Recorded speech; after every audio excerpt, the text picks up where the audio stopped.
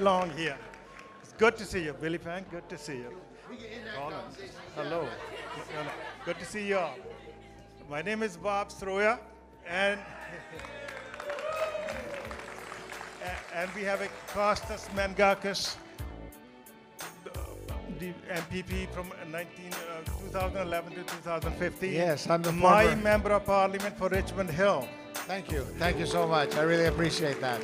Thanks, Bob. Thank you, everyone. Thank you for coming out.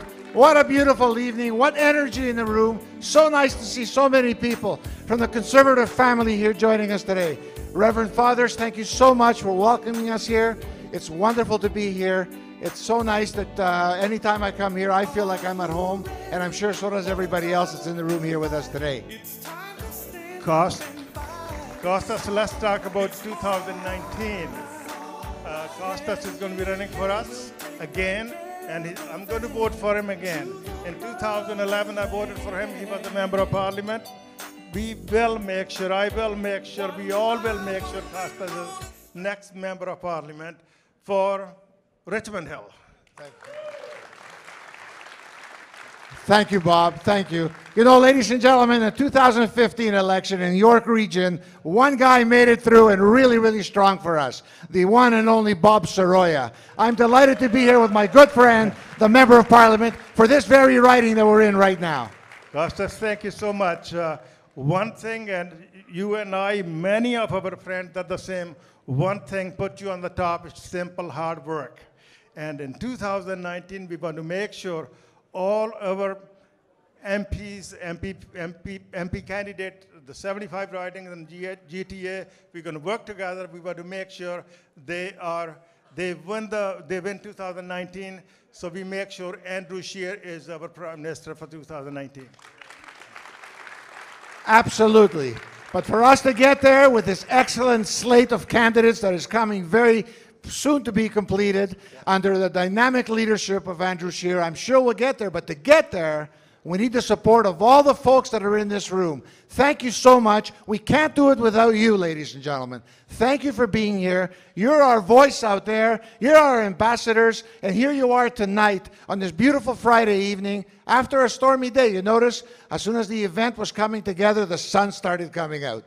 So thank you all for coming here. We really need your help.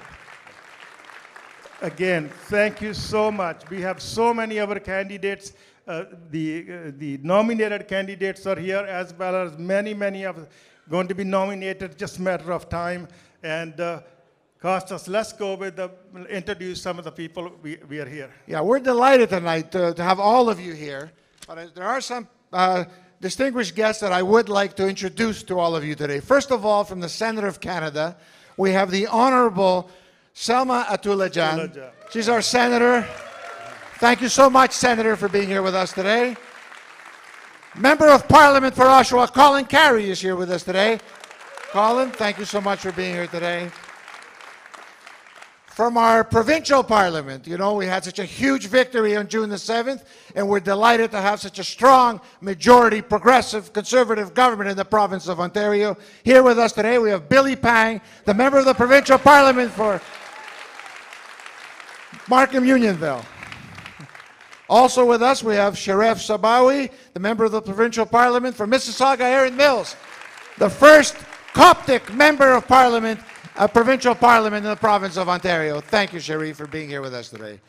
Also with us today, ladies and gentlemen, we have some of our dynamic candidates that are reaching out, knocking on doors, touching base with Canadians, speaking about the great vision of our leader and our party and our platform. And I'm going to put them in no particular order because they are all important. Ramona Singh from Brampton East is here with us. Give it up for Ramona, please. Neighboring riding to Ramona's, Arpan Khanna from Brampton North is here with us today. Just a stone's throw from where we are, the candidate for Willowdale, Danielle Lee, is here with us today. Danielle, welcome. From Don Valley North, Sarah Fisher has joined us today. Sarah, thank you so much for joining us. From Newmarket, Aurora, the one and only Lois Brown, former Member of Parliament and future Member of Parliament. My good friend Bobby Singh from Scarborough Rouge Park is here with us today. Bobby, welcome. And all the way from St. Catharines, Christina Waller is here with us today. Christina, thank you for joining us. Ladies and gentlemen, without further ado, we have a couple of special guests coming in now, and I'm going to leave it to my good friend Bob Soroya to introduce the latest and newest member of the Conservative Caucus in Ottawa. Thank you so much. I am excited. She's also my seamate and good friend and my neighbor. Welcome, everyone. My name is Bob Soroya, and I am proud to be a Conservative Member of Parliament for Markham Unionville, the riding right here. And it is my honor today to introduce to you our newest addition to the Conservative Caucus. Prior to her election, she held senior managerial role with Bombardier Aerospace and IBM, and owned and operated 2 small businesses. People who have the small businesses, this is the kind of people we need.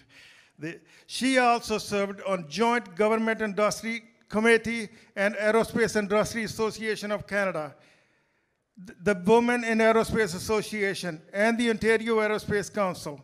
She brings with her an extraordinary wealth of experience in military and foreign affairs, government procurement, and private sector leadership. That is why our leader has tasked her with leading the global security file. She will strengthen our caucus and be a strong asset in 2019 when we form the next government. Ladies and gentlemen, without further ado, it is my pleasure to introduce our newest Conservative Member of Parliament for Aurora, Oak Ridge, Richmond Hill, my friend and colleague, Leona Alleslev. Come on up, Leona.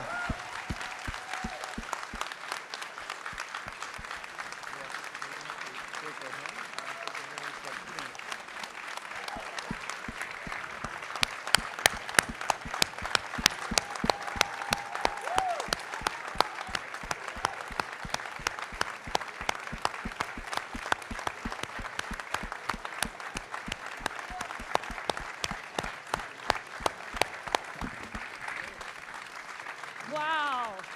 Thank you so very much. How truly incredible to be here. And thank you for such a wonderful, warm welcome. That, you may realize, I made a difficult but important decision this week to do what is right, not what is easy. But when you make those decisions, you don't always know if the people on the other side are going to welcome you in. But you did. Overwhelmingly, the caucus was incredible. It has been a fantastic journey, and I can't simply thank you enough.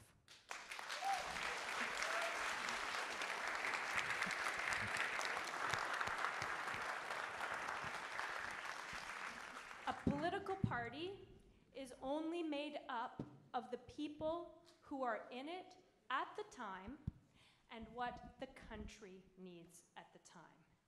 And this, my friends, is the political party that this country needs at this time.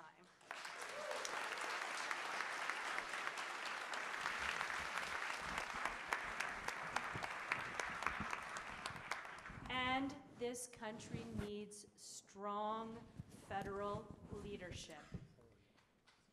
That leader needs no introduction. He is the leader of Her Majesty's loyal opposition and the leader of our Conservative Party, Andrew Scheer.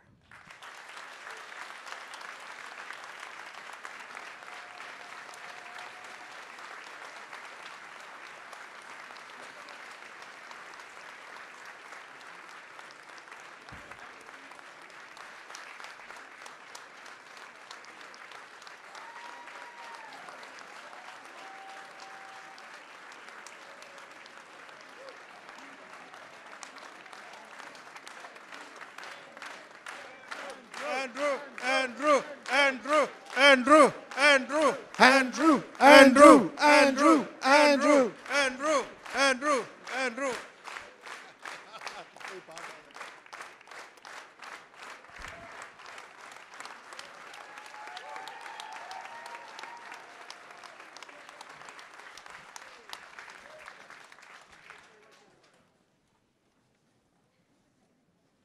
Thank you very much for that introduction, Leona. I want to thank everyone for being here this evening. This was planned a little while ago. We wanted to come out to the area, talk about some of the issues. We thought it'd be a great idea to come back to York Region and talk about things the first week back. And we thought, you know, when the House of Commons comes back, we're going to have a lot to talk about. We're going to have a lot to talk about in terms of where the economy's headed, where the deficit is headed, wrong direction, what the government hasn't been doing to get the big things right.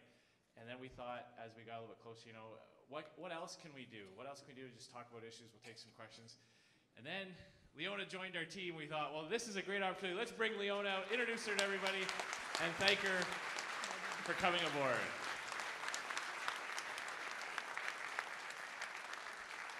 So we thought for the first part of the evening, we'll have a bit of a chat. We can talk to people about what went on the last couple of weeks and what happened to bring about the very momentous occasion on Monday. So Leona, you and I had the opportunity to chat a few weeks ago, and why don't you share with our friends here this evening some of the concerns that you were feeling at the time?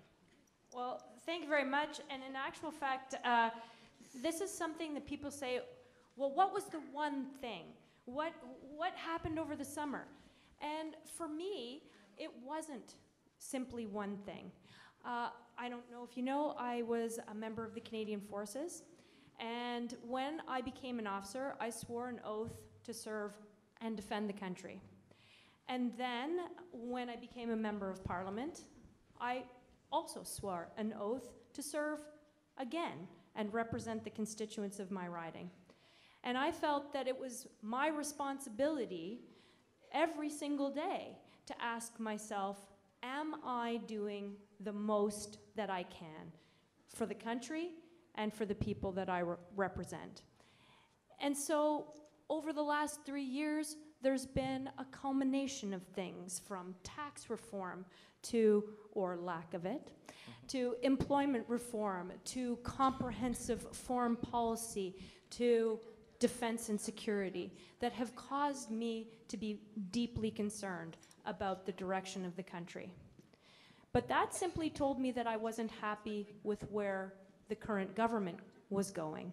That didn't tell me whether or not the Conservative Party was the right place to be able to change the future of the country the way that I thought that it needed to be. So, our leader was very gracious and spent a considerable amount of time with me, and I have to admit, I wasn't easy on him. And we went through a whole bunch of the significant foundational issues that we both believe are facing the country. And after that conversation, I knew that this is where I belonged, with this strong federal leader.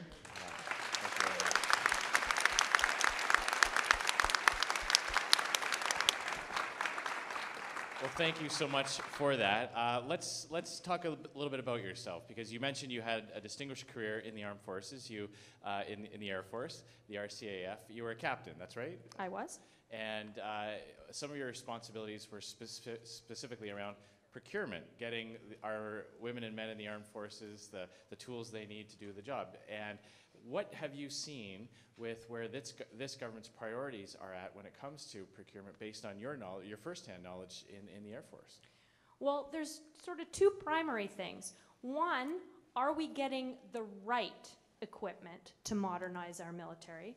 And the second thing is, are we doing a good job of getting it effectively, efficiently, and quickly? Unfortunately, the answer to both of those questions is no. So on the one hand, we're buying used F-18s from the Australian Air Force to replace our existing fleet of fighter jets. And the ones we're buying are older than the ones that we currently have.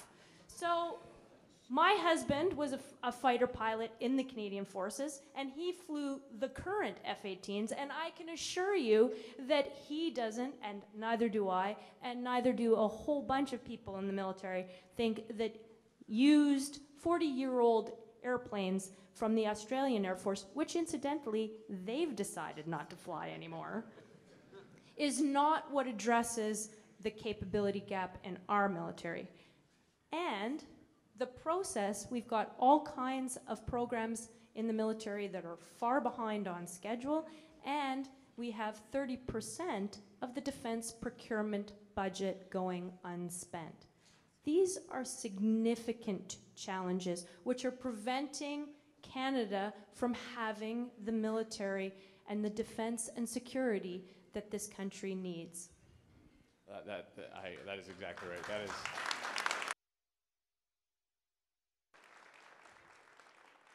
After leaving the Air Force, you went into the private sector, and you've had two major parts of that private sector career. One was with IBM, and the other one was with Bombardier. Can you speak a little bit about what you learned there and where some of your concerns that you might have based on what you learned from firsthand experience there? Well, thank you very much. At IBM, I was responsible, I was a global management consultant. So I had the opportunity to go around the world and work with companies that. So for those of you that know SAP, Oracle, stuff like that, so I was looking at it from a finance and supply chain, product lifecycle management, engineer to order type stuff. So I understand what it takes to implement large, complicated information management systems. And so when we look at what's going on in the government and their ability to deliver, to pay the people in the military, in the government, excuse me, under Phoenix, or Shared Services Canada, or other large fundamental program management things that the government needs to do to deliver the services to Canadians, I have a pretty good idea that that's just not working the way that it needs to.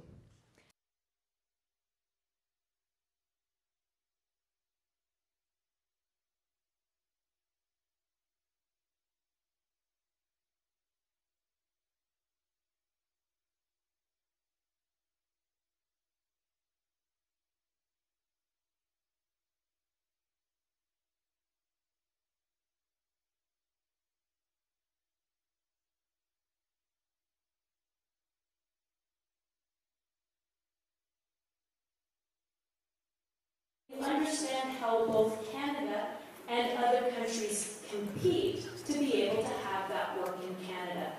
And I also was able to find out what capabilities Canada has. And unfortunately, at this moment, we're losing a lot of that foreign investment and even domestic investment because it's leaving Canada. Because our tax structure, because our ability to attract and retain that, the understanding of dealing with government, all of those kinds of issues are making it so that from the aerospace and defense industry, at least, and I'm sure it's true with other industries, companies are choosing not to grow in Canada or not to expand in Canada. And that's a really deep concern, and one of the things, obviously, that we talked about, that we have some pretty good ideas on how we might fix. No, that's absolutely the case. I've traveled all across this country for over a year now, and I constantly meet with people who are entrepreneurs, who are small business owners, who are fighting so hard to get that market share, and they want to stay in Canada. They want to create more jobs and hire more people in their community, but every time they turn around, this government is raising payroll taxes, insulting entrepreneurs and small businesses with Bill Morneau's tax hike that he had a fair bit of. I don't know too many people thought that his tax hikes were fair. I think I might have been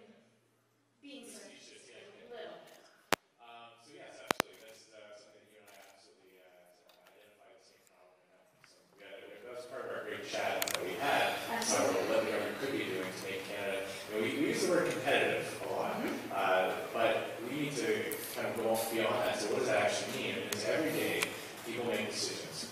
Where they're going to put their money.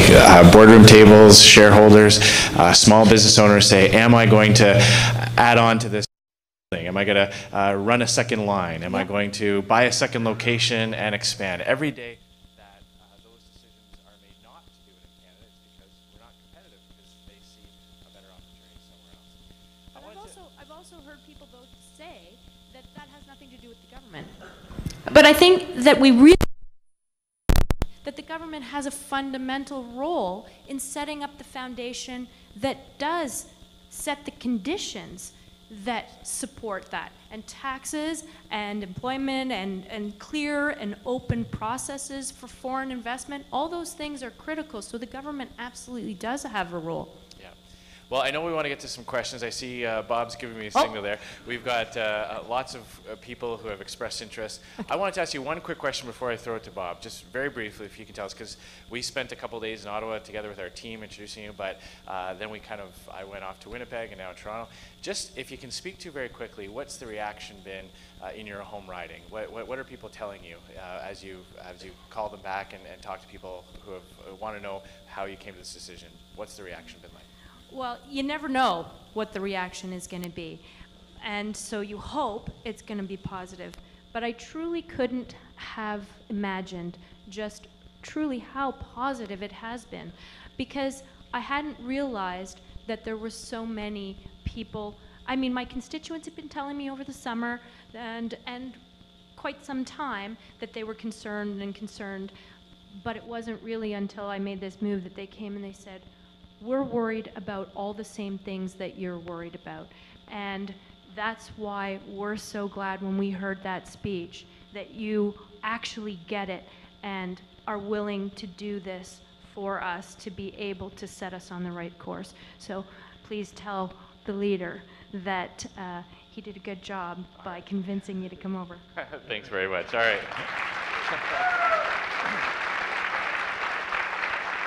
Thank you, Andrew. Thank you, Leona. One thing I can promise Leona, there's 500 people, 800 people, 900 people. You can count all of us. We will make sure you're the next member of parliament for Richmond Hill. Aurora, Oak Ridges, Richmond Hill. Absolutely, absolutely. Okay, Bob, as the leader said, there are many people in the room that would like to ask some questions, but I think the leader may be wanting to make some remarks before we take the questions, or we'll go straight to questions. We're going to ask you, ladies and gentlemen, to keep your questions brief, because there are many people that want to speak. We want to give as many people as possible an opportunity to ask any question you might have. The leader does have a flight to catch later on this evening, so we want to get as many people as possible. So please keep your questions brief, succinct, and the leader's here to respond. Thank you. Thank you. As Costa said, John, 20-second question, and we want to make sure everybody get a chance. Leona, as a member of the Buttonville Flying Club, I really appreciate that you would not support the F-18. So the question is, will you support the F-35, please? It's very important to understand what you want to do with your military. And so you have to start at the what role do you want your military to play, because we will always be an ally, we will always be part of a team. So therefore, we need to decide what we want to do when we're on that team, and then we decide the best equipment to do that job. And I will tell you that the Australian 40-year-old F-18s are not. Question over here. Good afternoon. Good evening, Mr. Chair. My name is Ramon Agia. I share, also I work for IBM and General Electric. I'm the Director of Engineering. And my son is third year engineering science student at U of T. And every year, the third year, you get Google and Amazons and all the big corporations just picking up every student to the US. My question to you is, I have two questions. First, what are we going to do different to keep the brain drain from happening? Because there is no investment taking place. We can see from my own company, General Electric, we're trying to invest in Canada but it looks like it's getting tougher with the current government, and we know all the reasons. And the second thing is, from a moral decay that is taking place with the Liberal government. Now we got rid of them in the province of Ontario. What we're going to do differently from a federal perspective. The one thing that I'm sorry, we got it. Okay. There's a lot of questions there. Yeah, Just a I know. moment. I know we could go all night with lots of things that we don't want to talk about, but just to make sure that we can get around, we'll have to keep our questions as focused as we possibly can. So you're absolutely right that we are hearing lots of evidence of, sorry, I'm just getting a bit of feedback on this. I don't we are getting a lot of feedback, a lot of anecdotal evidence that young professionals are looking at other places to go to as they look at their prospects of employment here, or when they look at what their tax burden is going to be here. And when we talk about competitiveness, yes, it means attracting investment. It means making sure that companies from all around the world want to choose Canada, but it also means people choosing Canada as well. And that's a big part of it too. This Prime Minister loves sharing the international stage with celebrity CEOs. You know, he loves to be on stage with the big deals and these big American companies. And I had a great meeting a few months ago right in Toronto, right downtown Toronto, with Canadian high-tech companies, with the entrepreneurs that started up. And there's a sense of frustration because they see Justin Trudeau flying around the world, getting his picture taken with American CEOs, and he said, we've got homegrown talent right here that we should be promoting. We don't need to go and spend all our time. Yes, of course, if we can attract big companies to choose Canada too, but we can't act as if we don't have our own domestic supply of great stories with a little bit of encouragement, with a little bit of incentive could be the next big high-tech company as well. So there's lots we can talk about in terms of recognizing foreign credentials. We have a lot of people who come here from other countries with certification that are underemployed because they can't get recognized for the skills they have. Tax rates are part of it, for sure. Personal income tax is it. When you are working more and more for the government and less for yourself, and you think about raising a family, people make decisions. And when they have the types of skills that give them the opportunity to go elsewhere, we lose out on that talent. We help pay for their education, and then they go off and they put their skills in another country. That's not something that works for anybody. So those are definitely things that we're going to address. Thank you. And we have a question for the illegal border crossers right here. 20 seconds. In the last 2 years, there's more than 30,000 illegal immigrants have crossed. What plan do we have now to protest that or to fix it? And we are going to inform the government in 12 months from now. And then what plan will we have then to fix the problem? Yeah. Thank you very much. And I get this question literally everywhere I go. And the people who are most concerned, who express the most amount of frustration for what's going on at the border, what Justin Trudeau has allowed to happen at the border, are the hundreds of thousands of Canadians who come to Canada the right way every year. And what the Conservative Party stands for very strongly is for lawful immigration. We welcome people from all around the world. We're so proud to be the type of country where you can come from literally any other country and you can join this wonderful society and add to it and contribute to it. And all we ask is that you come through the front door, that you come through the right way, so that we can welcome you the proper way by making sure that the proper process is followed. And when people who are waiting to be reunited with their loved ones, people who are sponsoring a family member to come over, when they find out that some people are allowed to just jump the queue and skip the line, that's unfair. And a Conservative government would stop that. I've been to upstate New York, as I'm sure many of you have. It's a safe place. And when people are coming in from a safe place and claiming crossing in illegally, it forces everybody else to wait longer. And our immigration system should be focused on promoting lawful immigration and helping refugees from countries where they're actually facing danger and strife. So we proposed a few ideas that would help solve this problem. Most of them centered around the Safe Third Country Agreement that recognizes that when you come from one country to another and that country has signed on to the United Nations protocol, has the same criteria, has the same types of standards and the same type of security and stability, that is where you must make your first application. And that is a principle that we need to preserve for the integrity of our system so that we can continue doing what we do best, and that is welcoming people from all around the world and giving them a place to raise their family and contribute to this wonderful society. So we have practical solutions we've offered the government. For over 2 years, Justin Trudeau has done literally nothing on this file. And so we're going to continue to hold him to account. And I believe Canadians in 2019 will vote for a party that will bring back lawful immigration to our country. Thank you, Leader. We have a question for you over here. Hi, Mr. Scheer. How are you? I'm a recent walkaway, actually, just like Ms. Alleslev. I voted for Trudeau, and I'm very disappointed. And I just wanted to ask, what sort of comforting offer do you have for recent walkaways or centrists? What do you have to offer for them, you know, not to vote far left on the NDP side? Yeah. Well, can we give him a big round of applause for joining us?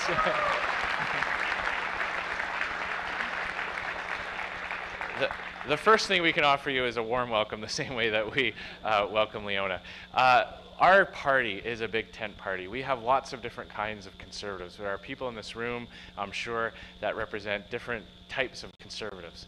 And what we offer you is an opportunity to come inside our party and work on the common ground areas that we can agree on, that we can recognize will be better policies for this country.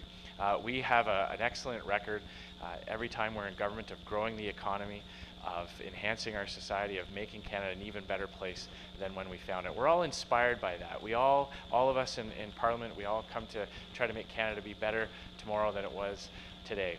So we are offering policies that put people before government, that recognize that there's a role for government to play in making sure that our country's most vulnerable people have supports, that there are programs and stable funding for those that need it. But then that also recognizes that often the best thing the government can do is to set the rules of the game and then take a step back and let Canadians do what they've always done best, and that is make free decisions in a free market economy. And that is what actually lifts people out of poverty. So if you've got particular issues, if you've got particular policy points that you'd like to work together with us on, please find the candidate that's in your area, the member of parliament that's in your area. We'd love to hear from you. We'd love to have your contribution. And we are building a positive vision for 2019 that we're going to have more and more people like you who voted Liberal in 2015 but are severely disappointed with what they see now. So thank you. Thank you. Can I jump in there just for a second? Because I'd also like to say that they're willing to listen, that you matter and your opinions matter, and they're willing to listen, and they're willing to tackle the tough things, not just the easy things. And it's all about having the courage and the vision to take on the big things for the greatest number of Canadians. And I think that's what this party has to offer. Thank you, Leona. The next question comes from Paul Green, the strongest conservative person since 1974 I know of. Paul, 20-second question. We want as many as people can get the more questions. Absolutely. I call you Mr. Speaker. So, Mr. Speaker, I was proud of you at the convention for outing Justin Trudeau, Pierre with hair, for being an entitlement child. I would like you to go a lot further and score some knockout punches by pointing out that it is the fact that he grew up with entitlement, that he doesn't understand the free economy and incentive. And I'm hoping that you can deliver a knockout punch and call him a socialist without sacrifice. Can you comment? Thank you, Bob. You know, for me, it's all about what people do when they have the position that they find themselves in. And there's no doubt that the policies that he is pursuing is making it very harder for people who didn't inherit great wealth, for people that didn't come from places of privilege to succeed and get ahead. And when I talk to entrepreneurs who still remember the time they had to borrow money from a relative to make payroll one month when they were getting their businesses started, when I talk to people who say that they moved back in with their parents while they were getting their business up and running because they were always the last one to get paid, and then when a government calls those very people who have finally got to the point where they've got some stability in their business and they're looking at expanding or hiring more people, when their own government calls them tax cheats, that sends a terrible message to an entire segment of our society that has only ever been interested in creating growth and opportunity. So I did not have that same great fortune that he had. I grew up in a family where we had to make lots of tough decisions. I had to get jobs to pay my tuition. I had to get skills. I moved to Regina, and I got a job in an insurance brokerage because a husband and wife had sold the family farm a few years before I got there, and they paid for my training. They got me all trained up, and I was able to get a job there. And if I had stayed, I would have had a great career, you know, building a book and getting clients because of the risk that they took, because of the chance that they took on me. And I know that nothing the government could possibly do, there's no amount of government spending or government programs that can replicate what entrepreneurs and small business owners do for Canadians just like me, just like my background, every single day in this country. And a conservative government will always stand up for those people and not demonize them and attack them the way this Liberal government did. Thank you. Well done.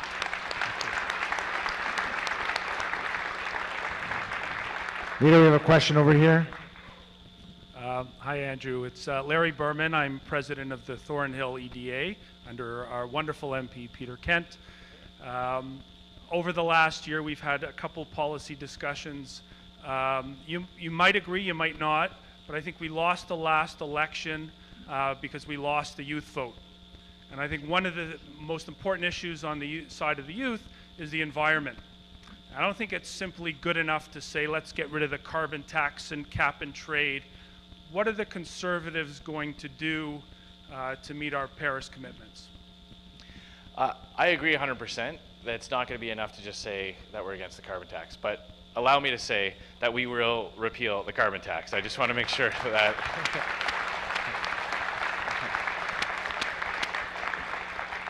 I believe you can do a lot more by incentivizing than by punishing. And I think that when you look at where Canada has to compete against the world, we can't just be exporting emissions to other countries and the jobs that go along with it. And that's what happens when you bring in punitive programs like a carbon tax. So factories and emitters will set up shop in other countries. The same number of emissions will go into the air. In fact, often more. Because when they move to other countries that don't have the same environmental standards that we have, then often that production is even dirtier than when it happens right here in Canada. I'll give you an example. For every unit of production of aluminum in Quebec, there are 2 units of CO2 emitted. That same unit of production in other countries can be as high as 17.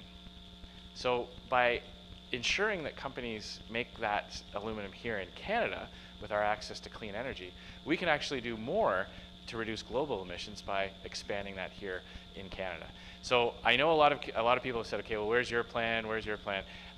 We are developing it in a way that will speak to meaningful reductions, and it will be based on incentivizing, not punishing. And there's a variety of tools that we are looking at. So it will be ready to be unveiled before the next, well in advance of the next election. But I just want to leave you with one thought, just because we started on the carbon tax, and I would like to end on it. Even the Liberals acknowledge that it's going to have a terrible effect on the economy. This summer, they announced that big corporations, big emitters that have powerful government relations experts will get special deals where they'll be exempted of up to 90% of their emissions will not be subject to the carbon tax. That means an even bigger burden will fall on individuals and families. That's not the right way to go. We know that if the carbon tax is bad for big business, it's bad for everybody. And big businesses shouldn't get an exemption that individuals and hardworking families don't get. So that's another reason why we're fighting against it, but we will have a comprehensive plan that'll be multifaceted that will address every aspect of cleaning up the environment. So thank you. Thank you, Andrew.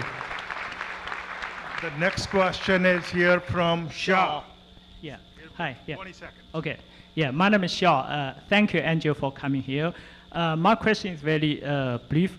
During the Ontario election, our PC got overwhelming support from Chinese voters.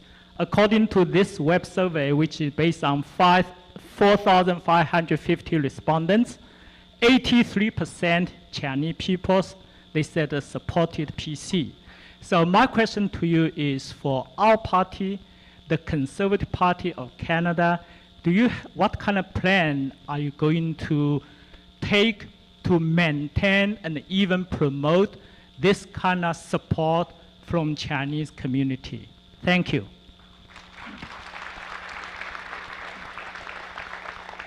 Thank you for that question, and there is no doubt that we share a lot of the same values with the Chinese community here in Canada when it comes to the Conservative Party. When you look at people who have come here from China, no matter which wave of immigration they came in with, they embrace the freedoms that they have here. They embrace the type of society that we built, and they're very, very aware that we can't take that for granted. Also, there's a great entrepreneurial spirit, and when they see the hard work that they do, and then how much they have to pay in taxes, our message really responds to that. The feedback I've gotten is that there's a great deal of concern in the GTA among the Chinese population, just as it is in every other part of the population, about safety and safe communities. And they don't like to hear stories about people being released after very short times in jail because they've got long rap sheets. Also, the community that is probably the most vocal being opposed to marijuana has been the Chinese community. And it was our party that voted against the legalization of marijuana when it came to a vote this spring. So,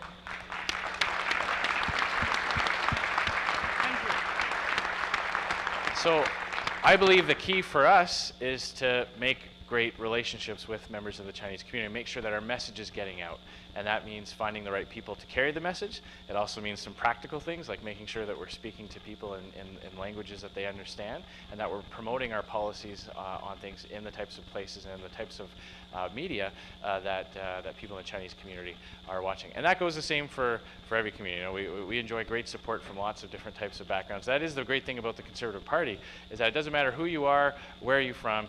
If you want low taxes, if you want a strong economy and safe communities, get on board, help us out, and we'll deliver in 2019. Thank you. Thank you, Leader. We have a question for you from Mark from North York. Yeah. Okay. I have one question, one for Leona, one for Andrew.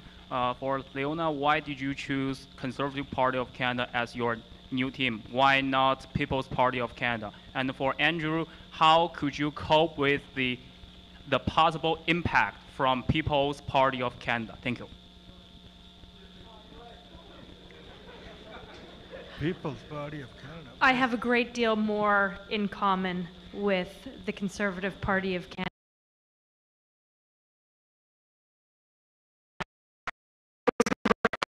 Any question that this is where I needed to be. Yeah. Look, it's obviously better for Conservatives when we all work together. And when you look at all the people in this room, I'm sure there's lots of things we disagree about. I'm sure if I picked 4 or 5 of you and asked you 20 questions on different issues, we'd have a difference of opinion on some of them. We're going to have so much more that we agree on. And my commitment to everyone after the last leadership race was get to work with us. Let's identify that 80 to 90% of common ground, and let's deliver on that. You know, Conservatives often, when you look at the history of our party, yeah, we love to have debates and disagreements on the 10% that we disagree about. But my pitch to people, my message was, let's leave that aside. Let's be far more productive delivering on the 80 to 90% we agree on, and we'll leave the 10% we disagree on for another day. And that was my hope. Thank you.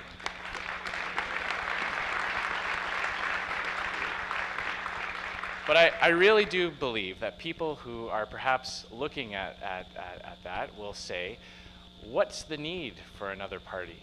When you've got the Conservative Party that is speaking out against high taxes, you've got the Conservative Party that's fighting for smaller government and greater free enterprise. You've got the Conservative Party that's standing up for our history and our heritage and our identity as a Canadian society. And you've got the Conservative Party fighting for lawful immigration, not illegal immigration. And you've got the Conservative Party fighting for a strong, principled foreign policy that restores Canada's place in the world. I believe that those people will recognize that in our party and will not just stay with us, but will be excited to work with us so we can deliver in 2019.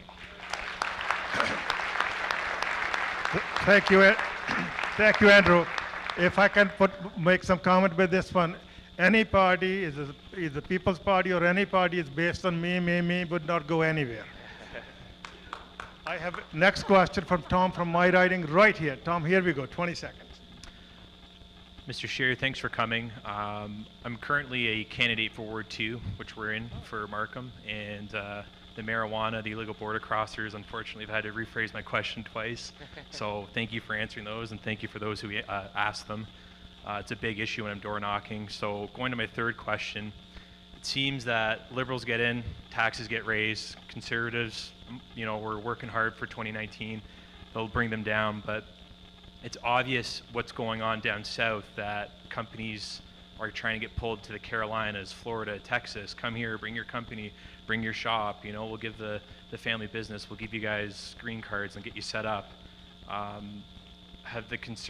you and the Conservative Party tabled ideas for even further tax reform on the personal income level, but especially the business level, just even further, biggest in history? Thank you. So that is part of our policy development, and I don't want to sound repetitive on some of the things, but you will have to wait for a little bit close to the election for a comprehensive set of policies. We are going to, first of all, take a look and see what we're going to be left with. As we get closer to the election, we'll get a better grasp of just how bad the deficits will be, what type of fiscal capacity we'll have to work with. There's going to be a lot of things that we're going to address, but there's no question that we have lost our advantage. Under the previous government, we saw companies moving to Canada. We saw head offices coming back because we made Canada the type of place that people wanted to invest. Canada, people don't move here for the weather.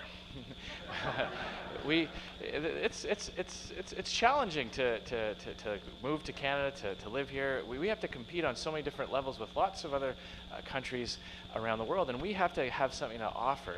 We are a wonderful society, a liberal, small L liberal society that's built on freedoms and equality and openness and the rule of law. But when people are looking at where to start a business and where to raise a family, we have to make sure that we have incentives as well, that we are as attractive a place to move to and invest as possible. Other countries have made bold moves, and our finance minister is still saying he's just going to wait and see what the consequences are. My big fear on that is that when a company decides to move because they just don't have the margins here in Canada and they see something in another jurisdiction, yes, the US is in the news a lot, but other countries have made bold moves as well. It's very hard to get them to come back. I've toured many businesses in the GTA. Lois, you had me at an aerospace plastics company about a year ago, and a family-owned business, and they said every time they go down to the States to bid on projects, to try to land new sales deals, they have their partners down there, the people that they partner with for the supply chain, say, what's your exit strategy? When are you going to come down here? And it's hard because day after day, month after month, it does get more challenging. They want to stay in Canada. They're proud Canadians. They're patriotic. They want their kids to grow up in the same type of community that they did.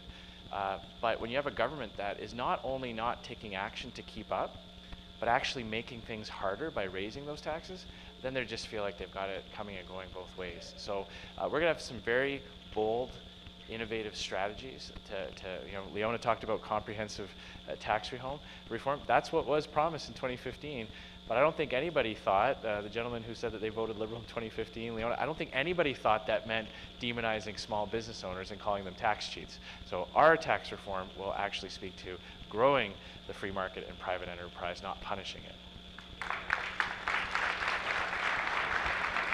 Thank you. I do want to recognize a good friend who's joined us, the MPP for Scarborough Agincourt, Iris Babikian, has joined us. Thank you, Iris, for joining us. Oh, hey. And leader all the way from Scarborough Agincourt, we're going to Mississauga because Vivian would like to ask you a question. Thank you. Good evening, everyone, and thank you, Andrew and Leona, for offering all Conservatives a very exciting week. Let's keep this continue. I noticed that there are two people from two people ask questions, from Chinese Canadian community. I'm the third one, so I hope the third one is a charm. Okay, my question will actually combine both of two, but we'll push it a bit further. as that gentleman mentioned before, well, we worked really, really hard, during the PC leadership race and the July provincial election, and we won. So now we're really working even harder for the federal election. But now we have, as the writing nomination going on, we now have a question in mind. How many candidates from Chinese Canadian community will have chance to represent conservatives in the next federal election? So far, it's 0. Yeah. I can get the official stats. One of our key people at the party is here. We can connect you afterwards. We have an open grassroots nomination process. We welcome the membership of people from all backgrounds, and when we find that common ground, we welcome your contribution. We welcome your work, but we don't pick and choose just for the sake of that. We believe that our party belongs to its members, and that everybody in every riding has the right to run, and and the best candidate wins. The person who works the hardest, signs up the most, or reaches out the most, and that's the best way to do it. And I can tell you that the diversity in candidates that we're already getting because of that open process is phenomenal. And, you can look around the room. We've got some people in the room who are currently running for nominations of all different backgrounds, or nominated candidates from different backgrounds. I'd hate to even start to try to go down the list because I'll forget some of them. But there's no question that in some key ridings we'll have a lot of people. Yes, the Chinese community. We've got lots from the South Asian community as well, supporting their candidates. I'm looking around. We've got Ukrainian, we've got Indo-Canadian, we've got Greek, we've got Bob Soroy as well. So there's just, by having that open, Indo-Canadian, yeah. He's just, yeah. Well, Bob's a little bit of everything. He goes to every community. I don't know how many languages he speaks for greetings, but he crosses lots of different lines. We have some Chinese candidates sitting right here on the first row. They are running for the nomination. So we're going to have a good news. Yeah. So the short answer is lots. As we said, we have the people from every part of GTA here tonight. We have somebody from Don Valley West, Nelly, let's go. Yeah. My question is, what's your opinion about our current government's NAFTA negotiations, and what would you do differently? This is one of those things that we certainly do wish them well. I think we can all agree that when you have a threat like NAFTA, the threat of losing that, that we all have to work very hard together, and we have. I led a delegation to Washington in February of this year to do exactly that, to say, look, every party in Canada, well, at least the two major parties that have a shot at forming government, support NAFTA. And we support the principle of free and open trade, and we're promoting that to the U.S. We do believe that Canada needs to do everything it can to strengthen our position at the negotiation table, and that can happen in a lot of different ways. Some of it we've talked about competitiveness and making Canada the type of place that people want to invest in. We missed out on months of benefits of the TPP, a trade deal that the previous Conservative government had got right up to the goal line, and it was right there to be ratified, and then Justin Trudeau decided to delay for essentially the exact same deal. They waited to the very last few days of the spring session before they even tabled it, and I asked them, when it looked like this summer that things were going through a very difficult patch with NAFTA, I said, let's recall Parliament. Let's get Parliament back.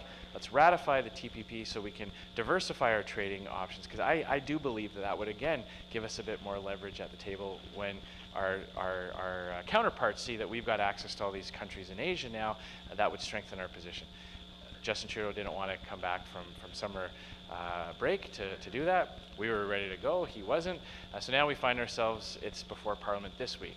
So again, we lose opportunities when you're not, the first few countries that ratify get benefits of being the first mover and having that early market access. So we missed on that. So those are some of the things that we believe would have strengthened our position. There's no doubt that this current U.S. administration is a major challenge, and no matter who is Prime Minister, we would be, having to rethink how we've done things, and things that we've done in the past couldn't necessarily lead to the same types of successes. But let's not forget, it's not just the United States that Canada's having difficulty with. Our relationship with major traditional allies have suffered since the last election. Our relationship with India is worse off today than it was when Justin Trudeau took office. He had a well-publicized trip to China where he came back further behind than when he left. And when we were talking about the TPP, you'll remember the Prime Minister of Australia was furious with Justin Trudeau for no showing on the final days of the TPP talks, and the Prime Minister of Japan as well. So our relationship with many of our country, traditional allies and trading partners, has suffered. So that's one of the reasons that Leona was very concerned, because we're not moving ahead with relationships in a very changing world. And when trading relationships break down, it causes other challenges as well. So that's a short summary of some of the things I believe we could have done differently to be in a stronger position.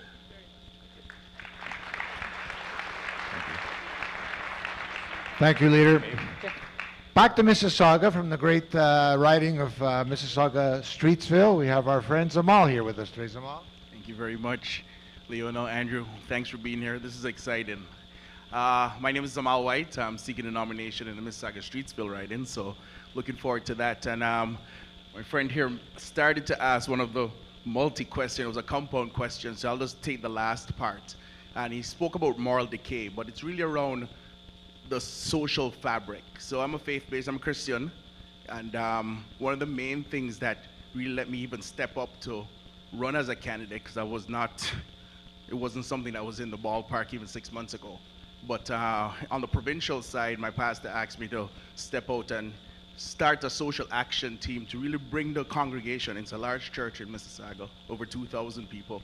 Bring the congregation's awareness up for the provincial elections because of Catherine Wynne and some of her private agendas that she was pushing onto the province of Ontario. And it's in that due diligence that we really saw with Justin and trying to do the summer program with the, having that side in. Yes, ask the question. Okay, so the question is, sorry, just had to give a background. The question is this: the social fabric, that moral decay, conservative values. This is a great nation and we have great values. It was built on great values. How do we now uphold that and even take this country even greater?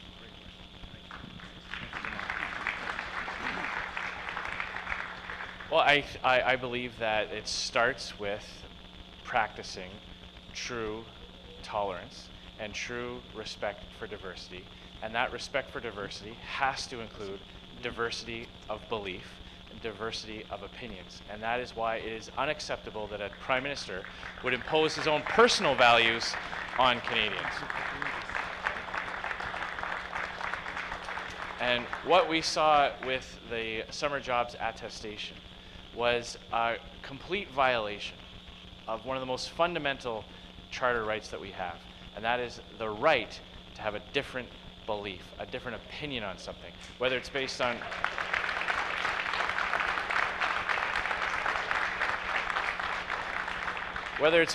conscience, whether it's based on a religious perspective, whether it's based on just coming to a conclusion on your own.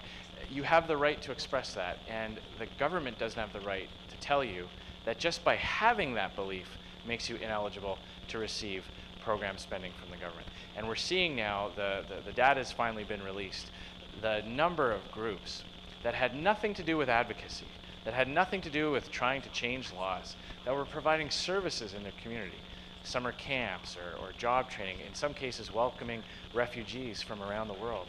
And they've had their funding cut because they refused to compromise and sign something that would violate their conscience. And I can tell you that a Conservative Party government in 2019 will restore the principle, restore that respect for differences of opinion and differences of belief.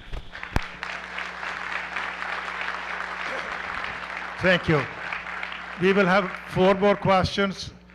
Andrew finished midnight last night in Winnipeg. He flew overnight. He's on the road since 7 o'clock. He has to be at the airport 10 o'clock. But 2 more questions on that side, 2 more questions this side. We have a question from Daniel's writing.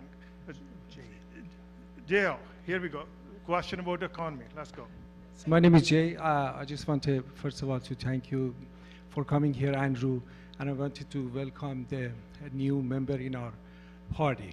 Thank you so much. My question is, Mr. Harper, previous Prime Minister, I think he did a great job from the economy part. When he finished the term, we had 8 billion surplus, and now we have 45 billion deficit. So I always say, if somebody give you a credit card, that's not your money to spend. So what is your plan to fix it? And the second question, if you have time, I know you spent the time before a little bit on it, but for the refugee crisis. So I think Mr. Trudeau bring the people here just for voting for him. And I think he doesn't care about the future of Canada. So if you have time, we can talk about that. Thank you. Well, on the question of the deficit, absolutely. We have to get back to balanced budgets. And what Conservatives have to do is do a better job of explaining why we have to get back to balanced budgets and explain in a way that resonates with Canadians what it means when the government runs deficits. It means we're borrowing money, and that money gets borrowed at interest, and it gets paid back not by Justin Trudeau or the current people, it gets paid back by future generations of Canadians with interest. And that means that 5, 10, 20 years from now, more and more of Canadians' tax dollars will go to pay back interest on the bank. In fact, it's projected that in a very short period of time, there will be more money spent on interest payments on the debt than on health care. Okay, so all that accumulated spending has a major impact on the next generation to be able to have the services that we've come to expect as Canadians. That's not fair. None of us would do that to our kids.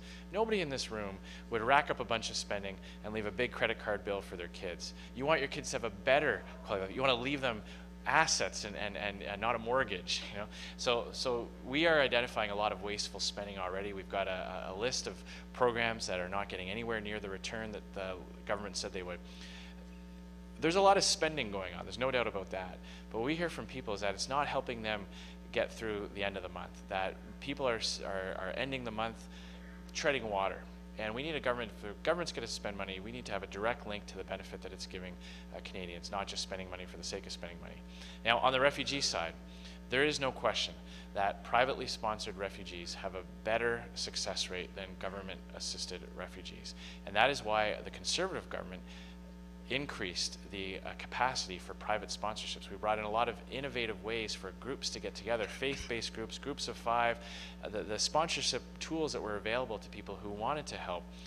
And the level of integration is much stronger because you have a community that will be there to do clothing drives, furniture drives, take people to English language or French language in Quebec, you know, check in and make sure that all that's happening. But we saw time and time again stories of people coming here under this Liberal government and then languishing in a hotel room because there wasn't the capacity to provide those services. And that's not fair to anybody. It's not fair to the person who needs to have those services, and it's certainly not fair to others who are here. So that's an example where we would certainly enhance the role that private individuals, not-for-profit groups, faith-based groups play. We hear it for all the time. There's lots of churches that would do more. I met with a group of Yazidis in Winnipeg, and they would love to be able to bring over more people. Some of their family members are in captivity, waiting to come over, but they don't have slots to bring them over. They've got the resources, but the government won't give them the slots. And that's something the Conservative Party would address as well. So, thank you. Thank you, Leader. From the dynamic and vibrant part of the GTA, the great riding of Richmond Hill, we have Hyan. Thank you, thank you. Okay, thanks. I'm from Richmond Hill. First, I have a question for Leona. First of all, I'd like to welcome you to our big conservative family. I really admire your courage. You are brave. You are brave. My question is simple. As a conservative, it's natural. Like not, I suppose not just myself. Probably there are quite some conservatives. They are wondering.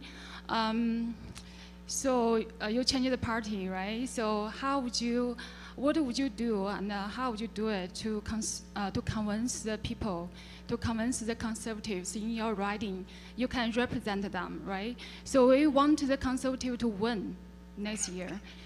So what would you do? What's your plan? Well, thank you very much for that warm welcome, and it is a pleasure to be a member of the Conservative Party. I'm here to do the work that my constituents have asked me to do, and so I'm going to continue to do that work, and then next year when the election comes, then they will decide whether or not I have done the job that they sent me to Ottawa to do. I speak to my Conservatives all the time. I am the same person that I was when I was elected, and I will be the same person in the next election.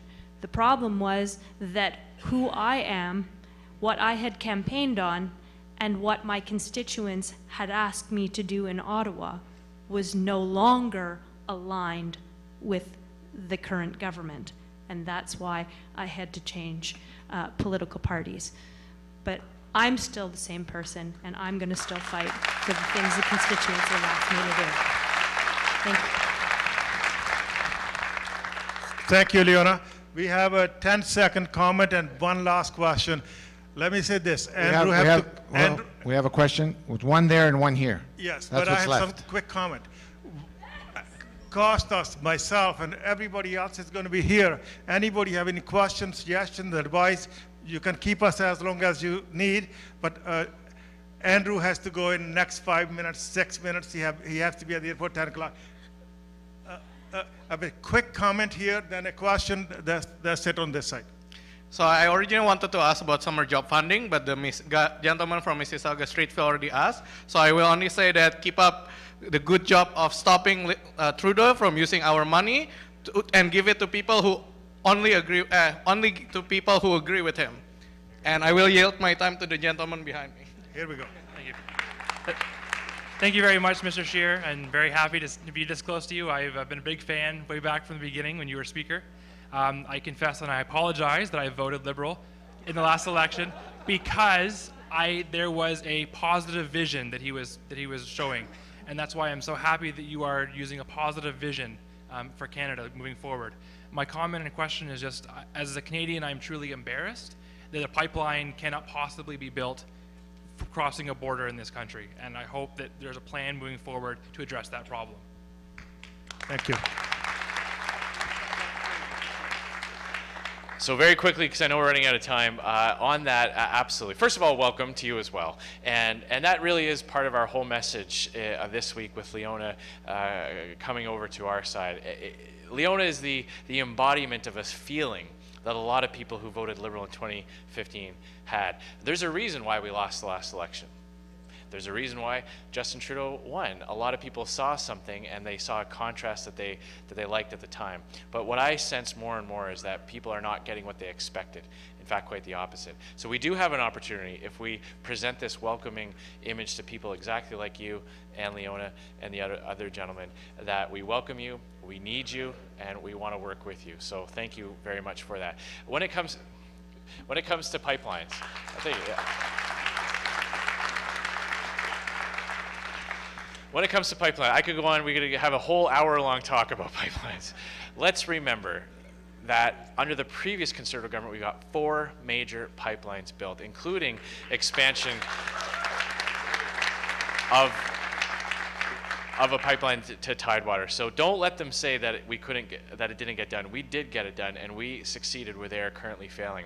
They also canceled the Northern Gateway project, which would have brought Western Canadian energy to Northern BC, opening up deep water ports for Asian markets, a pipeline that had partnership agreements with dozens of Indigenous communities that wanted to benefit from that knew that the best way to lift their people out of poverty is through economic activity.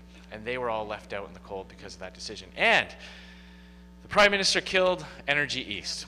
And Energy East is one that really frustrates, they all frustrate me, but Energy East was a plan to get Western Canadian energy into Eastern markets. And I see lots of people protesting in British Columbia, chaining themselves to trees, laying down in front of bulldozers. I don't see them lining up and down the St. Lawrence protesting or blockading the tanker after tanker of foreign oil coming into Eastern Canadian markets. A Conservative Party will invite Energy East back to the table so we can get that one built. Thank you, Leader. We have Cindy from Richmond Hill that would like to ask the question. Hi, good evening, everyone. So my name is Cindy Liang, and currently I'm in Richmond Hill running the school trustee. And then my question is related to children's education, because you know our country, like children's education is always our country's future, right? So my question is, our Conservative Party, right? What kind of strategy and support to children's education?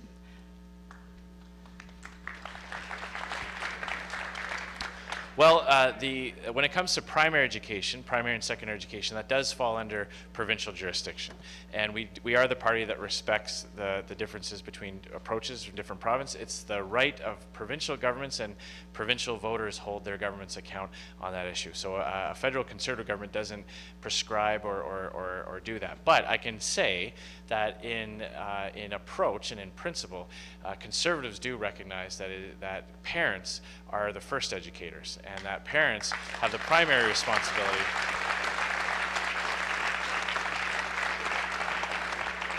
Parents have that primary responsibility to determine what best suits the needs of their children. So that is something that, although we don't administer from the federal level, we know that it was a hot topic here in the provincial election. We know that the new Premier of Ontario had a lot to say of that, and I can just assure you that the fundamental principle of Conservatives in general, recognizing that there are limits to government and parents have rights that must be recognized and parents must be consulted, although it's a provincial level, that is something that we support generally as a sentiment, as a principle of our party as well.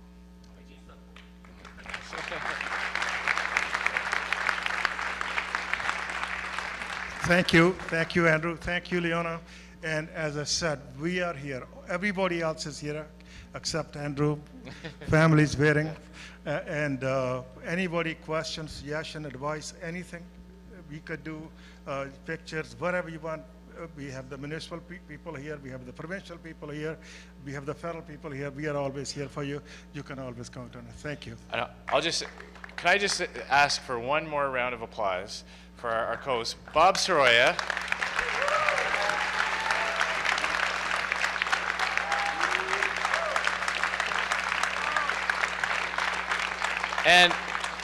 And this has been an exciting week for our Conservative family, and someone who played a key role in making sure that it happened in a way that was open and transparent and respected all the people involved. Costas, thank you so much for everything you've done this week, and we look forward to having you join our team again. Thank you very much. Nice meeting with you. Honest to God, I'm running for a mayor election in Markham. I'm all right, this guy Bob is my this guy's the man. Okay, we got it. Okay.